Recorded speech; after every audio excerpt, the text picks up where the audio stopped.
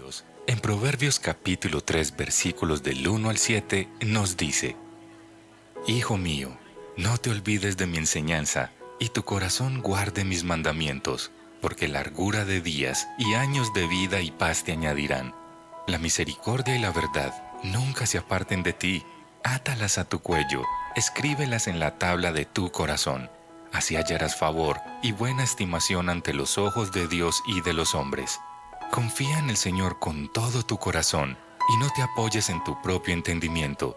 Reconócele en todos tus caminos y Él enderezará tus sendas. No seas sabio a tus propios ojos, teme al Señor y apártate del mal.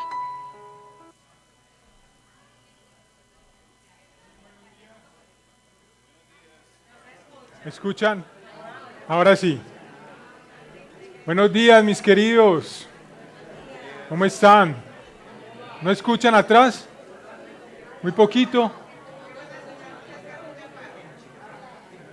Sí, aló, ahí qué tal. Ahí sí, ya, cuadró la cosa. Pero como que no me han escuchado porque vea, todavía están allá en mera recocha. Están contentos, pero eso está bien. Ya. Gracias, gracias, Patri. Pero eso está muy bien, eso está muy bien. Porque este tiempo de saludarnos es muy especial, ¿no? Y qué bueno, aprovecho para saludar a los que no saludé. Espero que estén bien y que estén animados. ¿Cuántos están animados? A ver. En el Señor, ¿cierto? En el Señor. Y, y bueno, sí, contentos de volvernos a ver, de reunirnos como iglesia, como hermanos. Que el Señor nos permita seguir disfrutando los unos de los otros, ¿cierto? Que así sea. ¿Y cuántos de acá están enamorados?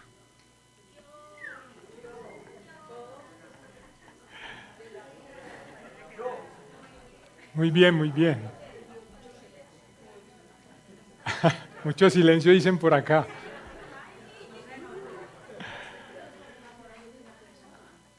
Muy bien. Miren, ahora normalmente se habla de amor como algo que no se busca, ¿cierto? Es algo que sucede, o sea, algo que nosotros no controlamos. Entonces, cuando decimos que nos enamoramos, estamos relacionando el amor a un sentimiento, a una emoción específicamente. Esta emoción no es algo que yo pueda producir. Entonces, esto quiere decir que el amor es algo involuntario. Pero ¿qué es lo que entonces nos dice la Biblia acerca del amor? La Biblia dice eso mismo, que es algo involuntario. No, cierto que no. La Biblia entonces habla del amor como un deber. Amar es una acción que se debe buscar, que estamos obligados a realizar. Entonces Dios nos manda a nosotros amar a nuestro prójimo, amar a nuestras esposas, a nuestros esposos en el caso de las mujeres. Y amar, oigan, escuchen bien, amar a nuestros enemigos. Pero una cosa entonces es intentar tener un sentimiento amoroso y cariñoso por nuestro enemigo y otra es ejecutarlo, ¿no creen ustedes? Hombre, si ya es difícil uno amar al que le cae bien. Entonces hay un amor que es como muy común en nosotros, ese donde la motivación es la de buscar mi interés, complacencia y protección propia. Pero el Nuevo Testamento nos habla de un amor que es muy diferente al que nosotros estamos buscando. Y es el amor en el que uno se interesa y se preocupa por los demás, lo que significa que no es simplemente una emoción. Este amor es laborioso, es diligente, es un amor que es vivo, que busca el bienestar para los demás. Entonces la pregunta es, ¿cómo nos vamos a relacionar con las personas que Dios ha puesto a nuestro alrededor? Pregúntate tú ahí, ¿cómo te vas a relacionar tú con las personas que Dios ha puesto a tu alrededor?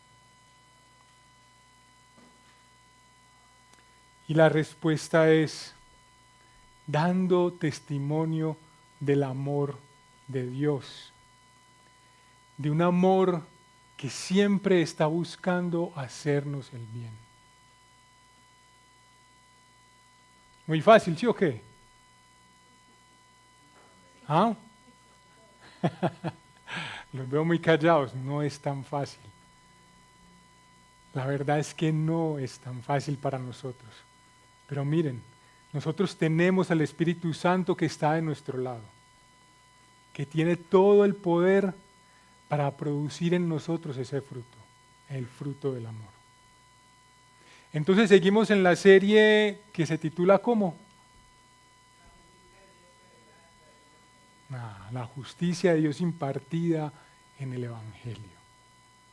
Y como lo hemos visto y nos lo ha recordado Eduardo en estas dos últimas predicaciones, el argumento es el de cómo después de que el cristiano ha entendido que es justificado solo por la fe, cómo eso debe afectar su vida con Dios, su vida en comunidad, en familia, con su hermano y con su prójimo. ¿Cierto? Entonces ahora quiero invitarlos a que vayamos al libro de Romanos, capítulo 15.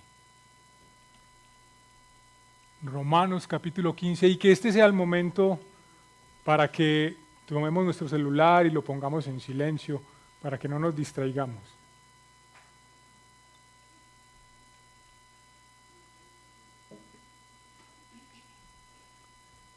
Romanos 15 y vamos a leer de los versículos del 1 al 6. ¿Estamos ahí? Muy bien. Así que nosotros, los que somos fuertes, debemos sobrellevar las flaquezas de los débiles y no agradarnos a nosotros mismos. Cada uno de nosotros agrade a su prójimo en lo que es bueno para su edificación. Pues ni aun Cristo se agradó a él mismo. Antes bien, como está escrito, los insultos de los que te injuriaban cayeron sobre mí.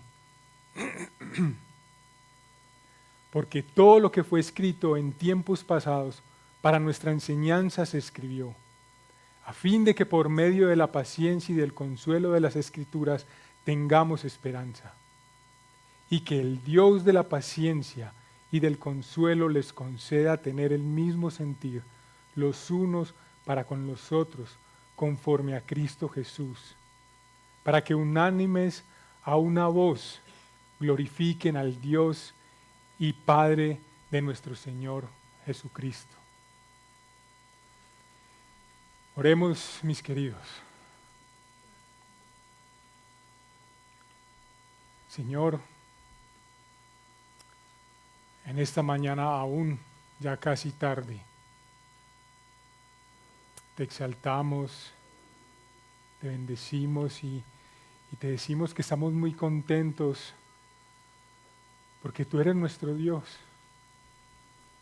porque tú nos has rescatado, porque tú nos has llamado a ser parte de tu iglesia. Gracias, Señor. Gracias, Señor, por las relaciones que tenemos con nuestros hermanos acá dentro de la iglesia. Y gracias, Señor, por lo que nos falta. Pero gracias porque sabemos que te tenemos a ti, que tú eres quien nos ayuda y nos da lo que nos hace falta. Señor, háblanos hoy. Habla a nuestras vidas, a nuestro corazón. Señor, que sea tu sabiduría transformándonos, que sea el poder de tu palabra. Y Señor, yo personalmente reconozco mi incapacidad y por eso ruego, ay Señor, que seas tú. obrando en este tiempo y bendiciendo a mis hermanos. Te lo ruego en el nombre de Jesús. Amén. Muy bien, entonces yo he querido titular esta predicación con el siguiente título: Agrada a tu prójimo en lo que es bueno para su edificación. Y he dividido la predicación en 3 puntos. Y el primero lo vemos en los versículos 1 y 2, y es sobrellevar y agradar. 2 demandas para el fuerte en la fe. El segundo punto lo vemos en los versículos 3 y 4, y lo titulé El ejemplo es Cristo. Y el tercer punto, versículos 5 y 6, que le di el título de Dios es quien concede nuestra unidad. Muy bien, entonces, sobrellevar y agradar. 2 pedidos para el fuerte en la fe. Entonces, de entrada, Pablo está usando el pronombre personal nosotros, lo que nos lleva a pensar en un grupo. Y en ese grupo posiblemente estemos también tú y yo. Pero ¿qué es lo que se les está demandando a los fuertes? Lo primero es sobrellevar las flaquezas de los débiles. Y lo segundo, no agradarnos a nosotros mismos. Bueno, ahora un paréntesis. Como ya nos lo compartió Eduardo en su exposición del capítulo 14, los débiles en este contexto son aquellas personas que no sienten la libertad de comer carne y beber vino, o que algunos días son para ellos más sagrados que otros. Y esto debido a su contexto cultural y religioso. Bueno, aquí cierro este paréntesis. Entonces, en este pasaje, sobrellevar y agradar tienen el mismo significado, el significado de elevar, alzar, cargar o llevar cargando, soportar, sufrir, sustentar. Pablo entonces está haciendo un énfasis en esto de tener cuidado con aquellos que son débiles, con nuestros hermanos. Pero Pablo en el versículo 2 de nuestro pasaje dice que debemos agradar a nuestro prójimo, lo que entonces está ampliando la demanda porque nuestro prójimo es cualquier persona. Y Gálatas 6:2 dice: lleven los unos las cargas de los otros y cumplan así la ley de Cristo, que es el que amar a nuestros hermanos, amar a nuestro prójimo. Agradar al prójimo en lo que es bueno para su edificación. Aunque, como ya lo dije antes, prójimo es cualquier ser humano, el que Pablo diga que es agradarlo en lo bueno para su edificación, esta palabra, edificación, nos lleva a pensar en el contexto de la iglesia. Es decir, es el de cuidarnos acá entre nosotros. Es el desarrollar como iglesia una cultura de cuidarnos unos a otros, sustentándonos, alzando las cargas de los otros, sufrir con el otro. Y por supuesto que Pablo no nos está exhortando a agradar a los demás con un propósito egoísta. Ejemplo, yo voy a agradar a Julanito porque yo necesito ganar puntos con él. Y es que él tiene un puesto laboral muy bueno y él también es un diácono en la iglesia, entonces uno no sabe cuándo va a necesitar esa ayudita. Por supuesto que esa no es lo que Pablo nos está exhortando. Pablo en Gálatas capítulo 1, versículo 2 dice, versículo 10, porque ¿busco ahora el favor de los hombres o el de Dios? ¿O me esfuerzo por agradar a los hombres? Si yo todavía estuviera tratando de agradar a los hombres, no sería siervo de Cristo. Entonces la manera correcta sería que busco agradar a Julanito porque quiero serle un bien espiritual a él. porque quiero hacerle el bien para su crecimiento espiritual. Que exista un verdadero valor en nuestra relación. Y creo que esa es la exhortación de Pablo. Que haya un verdadero valor en nuestras relaciones como iglesia, porque el amor por otros nos muestra que nosotros somos verdaderos cristianos y demuestra el poder del Evangelio al mundo que nos está viendo. Pero entonces el llamado no es a tener cualquier tipo de relación. La demanda es a desarrollar, a crear una cultura de relaciones con la intención de hacernos el bien para nuestra edificación espiritual. Y bueno, voy a darles al menos 2 ejemplos muy sencillos de cómo hacernos el bien para nuestra edificación. Y lo primero es animar a otra persona a tener tiempos de estudio en un libro, con un libro cristiano o en un libro de la Biblia. Que la intención sea el crecimiento espiritual mutuo. Aunque al principio eso pueda parecer como incómoda, esa relación, esas reuniones, o que de pronto puedan parecer fingidas a medida que vaya pasando el tiempo, si la verdadera intención es un crecimiento espiritual, eso se va a notar y se va a dar. Y van a haber personas que van a ver eso. Y seguramente van a querer tener eso mismo.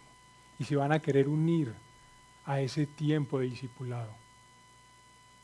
Van a querer tener eso que esas otras 2 personas están haciendo, estudiando y creciendo espiritualmente. Lo segundo es siendo hospitalarios. ¿Cómo así que siendo hospitalarios?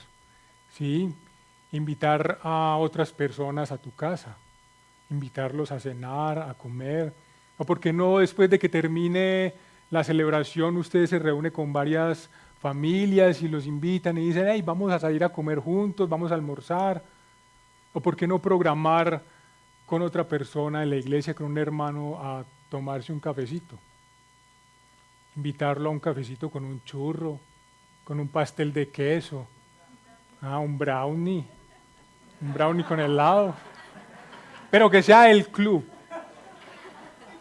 Brownies del club, mucho cuidado con ponerse a inventar con otro brownie por ahí. Eso no es hacerle el bien a su hermano.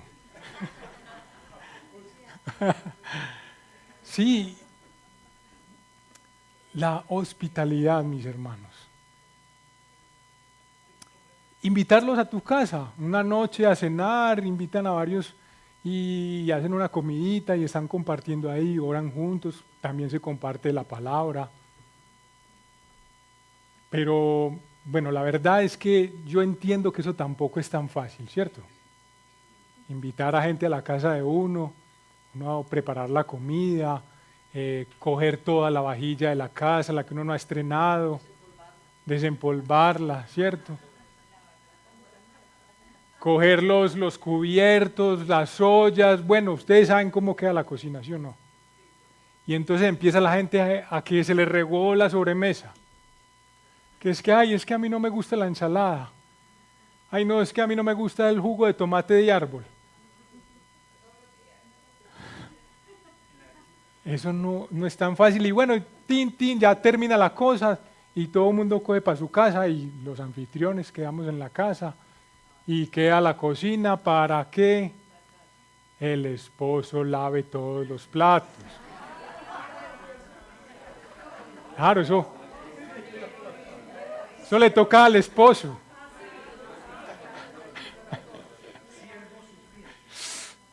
Pero miren, esa es la idea. La idea no es buscar nuestro propio bien, nuestro propio bienestar, sino de los que invitamos, ¿cierto? Pero hermanos, sí, la verdad es que eso no es tan fácil. Pero roguémosle a nuestro amado para que nos dé lo que a nosotros nos hace falta. Y precisamente es a nuestro amado Jesucristo a quien debemos mirar como aquel que es el ejemplo de quien no buscó su propio interés ni su propio bienestar. Entonces aquí pasamos al segundo punto, que ¿cuál es? ¿Recuerdan el título? El ejemplo es Cristo. Y en el versículo 3 se está citando el Salmo 69:9, uno de los salmos más citados por el Nuevo Testamento. Jesús nunca buscó su propio beneficio y todos los que lo acompañaban sabían esto.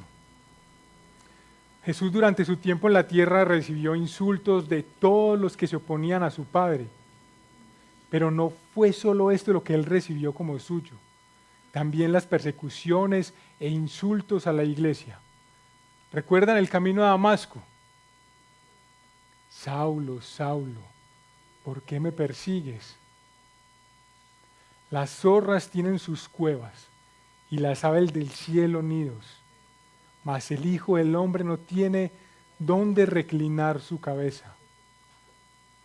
La vida de Jesús en la tierra fue una de sacrificios, y él desde el amanecer hasta el anochecer estaba dedicado a hacer el bien, las sanidades, y estaba dispuesto a enseñarle a todas las multitudes, por lo que a él lo agobiaban y lo perseguían y lo asediaban. Pero la multitud estaba tan contenta con él, porque sabían que había al menos una sola persona que solo estaba dedicado a hacerles el bien y a buscar el bien de ellos. El Salmo 69:9 entonces nos permite dar una mirada al duro camino por el cual Jesús, nuestro Salvador, tuvo que andar. Un mundo lleno de pecado, que no se interesa por Dios, que lo desprecia y que es egoísta. Filipenses 2:5-8 dice: haya pues en ustedes esta actitud que hubo también en Cristo Jesús, el cual, aunque existía en forma de Dios, no consideró el ser igual a Dios como algo a qué aferrarse, sino que se despojó a sí mismo tomando forma de siervo, haciéndose semejante a los hombres, y hallándose en forma de hombre, se humilló él mismo, haciéndose obediente hasta la muerte y muerte de cruz. Ay, mis hermanos y amigos que nos están visitando hoy, cuando leemos estos versículos y nos miramos a nosotros mismos, nos decimos: es que yo me conozco. Yo me conozco y yo sé que esto para mí es difícil. Pero, mis hermanos, lo que sostiene el Evangelio no somos nosotros, es la obra de Jesús en la cruz. Y esta es nuestra esperanza, una esperanza que no está construida en el aire. Tiene su fundamento en las Escrituras, en las cuales hay que perseverar, porque en ellas hay consuelo. Mis hermanos, ustedes no saben, mis hermanos, ustedes saben que nos debe consolar. El saber que las Escrituras dan testimonio de personas como José, Moisés y Esther, personas que se dedicaron toda su vida a cuidar, a servir a los débiles, agradándoles para que hacerles lo bueno en lo que tiene que ver con su edificación. Pero las mismas Escrituras dicen también de ellos que eran personas con pasiones semejantes a las nuestras. Y si Dios los usó a ellos, ¿por qué no nos puede usar a nosotros? Usarnos a nosotros para sobrellevar las flaquezas y agradar a los débiles. Entonces estas personas también son un ejemplo para nosotros como lo es Jesús, pero con una diferencia muy grande. Y como lo dice Hendrickson en su comentario al libro de los Romanos, refiriéndose a Jesús, por supuesto, Él no puede ser nuestro ejemplo a menos que sea primeramente nuestro Salvador. Jesús debe ser primeramente nuestro Salvador, para que luego sea nuestro ejemplo. Mis hermanos, y así es como pasamos entonces al tercer punto. Dios es quien concede nuestra unidad. Y Pablo en estos dos últimos versos está haciendo una oración. Él está rogando para que en la iglesia exista la unidad entre sus miembros, entre los débiles y los fuertes, poniendo como ejemplo a Cristo Jesús. Y esta unidad puede llegar a suceder si se pone en práctica las enseñanzas del capítulo 14 y lo que nos dicen los dos primeros versos de este capítulo 15. Pero por supuesto que también lo primero para que suceda esto de la unidad es que Dios sea quien la concede. Porque mis hermanos, no nos digamos mentiras, esto de tener unidad entre nosotros no es una cosa que sea fácil, esto es un milagro. Porque nada más piensen en esto, nada más piensen en nuestros gustos, acá dentro de la iglesia, por ejemplo. No es que a mí me gusta más como canta este que como canta el otro. Y no es que a mí me gusta más como predica Pablo que como predica Apolos. Y otros dicen que prefieren a Cefas. O mis hermanos, algo tan sencillo como el yo levantarme y empezar a caminar en medio de la iglesia y ir a saludar a otra persona que yo no conozco, a otro que está en otro extremo. Porque, es que, no, qué pereza pararme de acá, hombre, no, es que mejor que vengan y me saluden aquí. Y saben que yo me incluyo ahí. O no, es que a mí me gusta saludar nada más a los que yo veo que son como contentos, que son como alegres, a esos que se ríen, a esos que están como callados y como todos serios por allá, no, esos dejémoslos allá, no los saludemos, dejémoslos quieticos.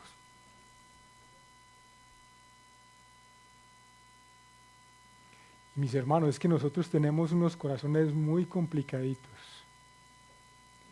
Y por eso es que la unidad la concede Dios.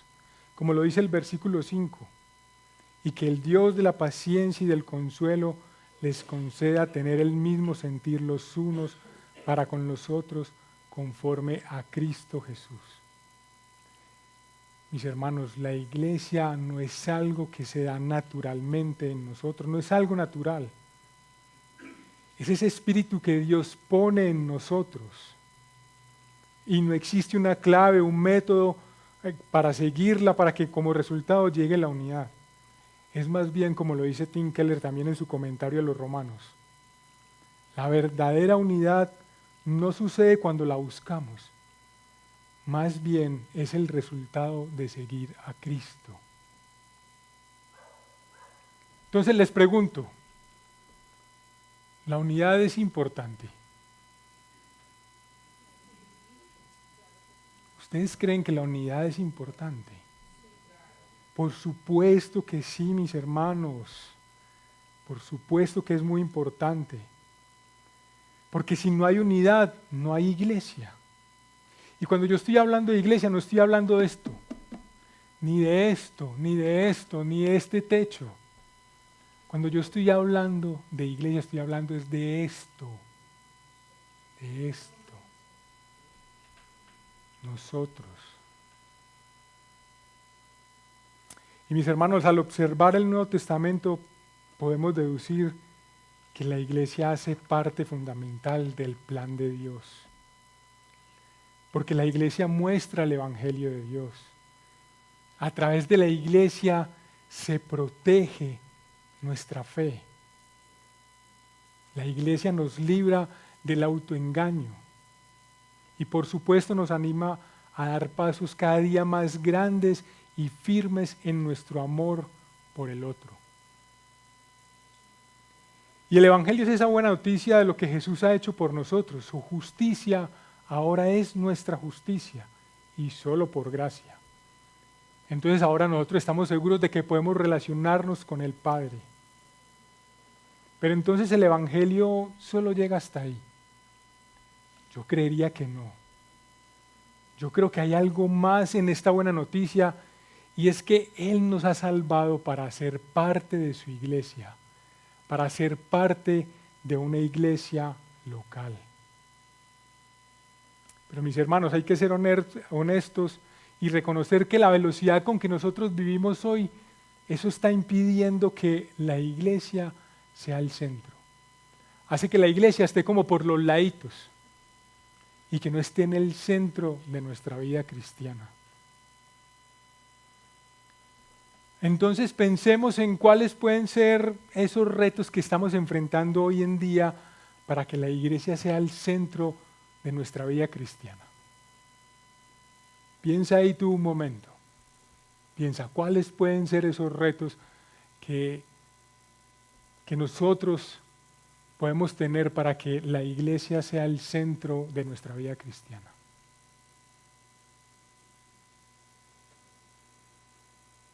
¿Qué tal nuestra profesión? Porque miren, en esta modernidad, el trabajo, las profesiones, se ha globalizado y hay mucha competencia. Hay muchos viajes fuera de la ciudad, horarios extensos con plazos urgentes y hay que trabajar para poder sostener la familia. Y todo esto también puede alejarnos de los tiempos para relacionarnos con la iglesia. ¿Qué tal esto de el lugar donde vivimos? Cada uno de nosotros busca comprar una casa o alquilar una vivienda dependiendo de la capacidad económica, ¿cierto? Dependiendo de si estar cerca del colegio para los hijos, si me queda cerca mi trabajo. Pero la distancia de donde nosotros vivimos a la iglesia local donde nosotros asistimos puede influir en que nos desarrollemos y desarrollemos una amistad o una relación espiritual con nuestros hermanos. ¿O qué tal las actividades recreativas? Acá en esta ciudad los domingos es como normal o es lo común o lo que las personas, el día que las personas usan para salir a hacer deporte, ¿cierto? Para ir al estadio, montar bicicleta, ir a trotar, qué sé yo, ir a esquiar. Montar en moto, bueno, no sé, tantas cosas. Y miren, bueno, otra cosa, no es que yo les esté diciendo que no hagan deporte, antes todo lo contrario, hay que hacer deporte, ¿cierto? Es más, algunos de nosotros aquí necesitamos hacer deporte. Lo que yo les estoy diciendo es que, pues normalmente, o nosotros, el redil, pues los domingos es el día donde nos reunimos a celebrar, ¿cierto? A celebrar a nuestro Señor. Entonces, bueno, se puede programar otro día, otra hora para salir a hacer deporte, que eso no nos impida, ¿cierto? La familia. Mira, para muchas personas los compromisos familiares influyen en la capacidad de involucrarse con la iglesia. Miren, nuevamente no le estoy diciendo, no se reúnan con la familia, no los vuelvan a ver, no tengan reuniones con ellos, no. La cosa es, bueno, después de que estemos en la celebración, salimos y nos reunimos con la familia, vamos y almorzamos con ellos, o en otros días tenemos nuestras reuniones, ¿cierto? Que esas actividades familiares no afecten seriamente las relaciones con la familia de la fe. Entonces podemos concluir que el amor de Dios por su iglesia es algo más grande de lo que nosotros nos podemos imaginar. Porque la iglesia refleja su gloria al mundo. La iglesia es el foco de su plan redentor. Pablo entonces termina su oración diciendo que unidos glorifiquemos al Dios Padre de nuestro amado Jesucristo. Entonces, ¿qué es lo que está en juego cuando nosotros no ponemos en práctica lo que Él nos está pidiendo en el versículo 2? ¿Qué es lo que se está poniendo en riesgo ahí? Exactamente, póngale 5 a ese que habló por allá, por favor. 10, bueno, 10. Ya 5 no. Uy, ahí se dieron cuenta, ¿cierto? Muy bien, la unidad. Mis hermanos, ahora para terminar yo quiero que escuchen una porción de la letra de una de las canciones de Santiago Benavides. Dice así: y es por eso que la cruz es un signo de esperanza, porque en ella murió alguien para que otros se salvaran. La película Al revés del cuchillo de Caín es Jesús yendo a la muerte para hacernos revivir. Ser cristiano es sobre todo hacer eso por el otro. La religión puede ser muy bonita y de buen modo, pero con todo respeto, es fachada del demonio si no se lleva al sacrificio para servirle a los otros.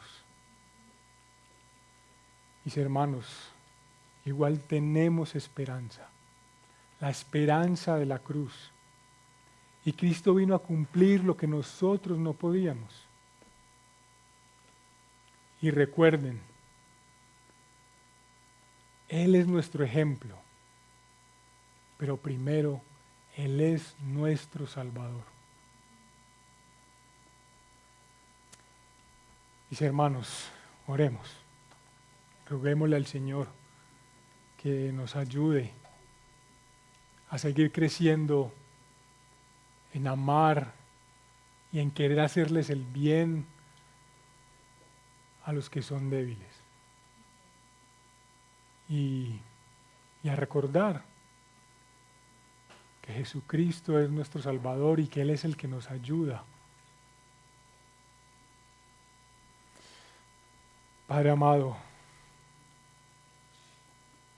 gracias por tu obra preciosa en la cruz,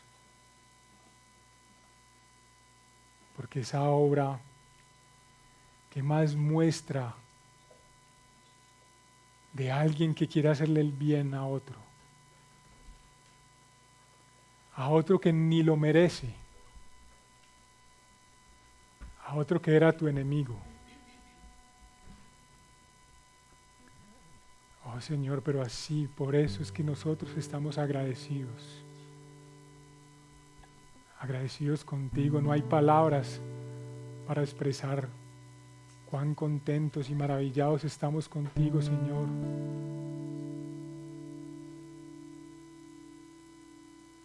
Y Padre, ayúdanos a nosotros, ahora que hemos entendido y que disfrutamos de eso, que hemos entendido tu amor y que lo disfrutamos, ayúdanos a nosotros para podernos relacionar igualmente con nuestros hermanos, con los débiles, con nuestro prójimo.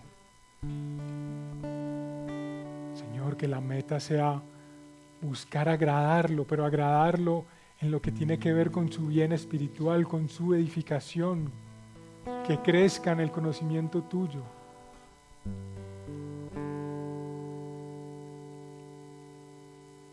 Bendito sea tu nombre, Padre. Bendito sea tu nombre, Jesús.